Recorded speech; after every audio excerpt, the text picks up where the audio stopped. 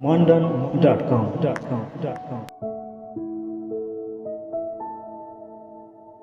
आजको यस भिडियोमा स्वागत छ।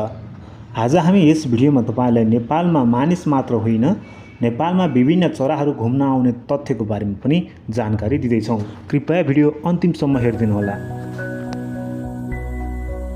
नेपालमा जाडो बढेसँगै विभिन्न प्रजातिका चराहरू नेपाल आउन थालेका छन्। गत वर्ष झैँ यस वर्ष पनि नेपालको खोला नाला र सिमसार क्षेत्रमा विभिन्न प्रजातिका चराहरू आउने क्रम बढ्दो रहेको छ। मङ्सिरको आगमनसँगै हिउँदे चराहरू नेपाल आउन थालेका हुन्।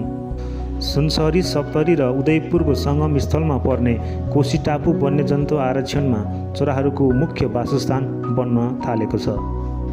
गत वर्ष कोशी टापुमा मात्र 53 प्रजातिका 7500 भन्दा बढी चराहरू नेपाल आएको तथ्याङ्क रहेको छ। विशेष गरी जाडो छल्न, बच्चा कोरल्न यी पाहुना चराहरू नेपाल आउने गर्दछन्।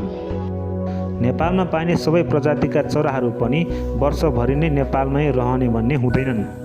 चराहरू आफ्नो अनुकूल वातावरण अनुसार आउने र जाने गर्दछन्।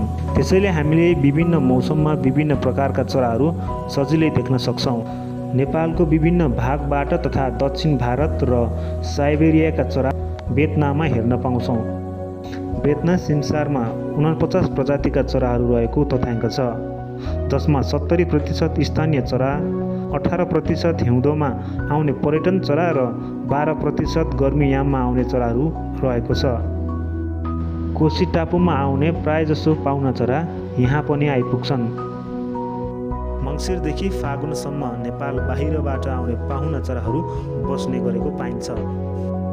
उत्तरी ध्रुवमा हिमपातको सुरुवातसँगै हिउँदोयामको जाडो छल्न नेपालको तल्लो हिमाली भेग, पहाड र तराईका विभिन्न भूभाग तथा ताल तलैया र नदीको आसपासमा हजारौँको सङ्ख्यामा चराहरू आउने गर्दछन्।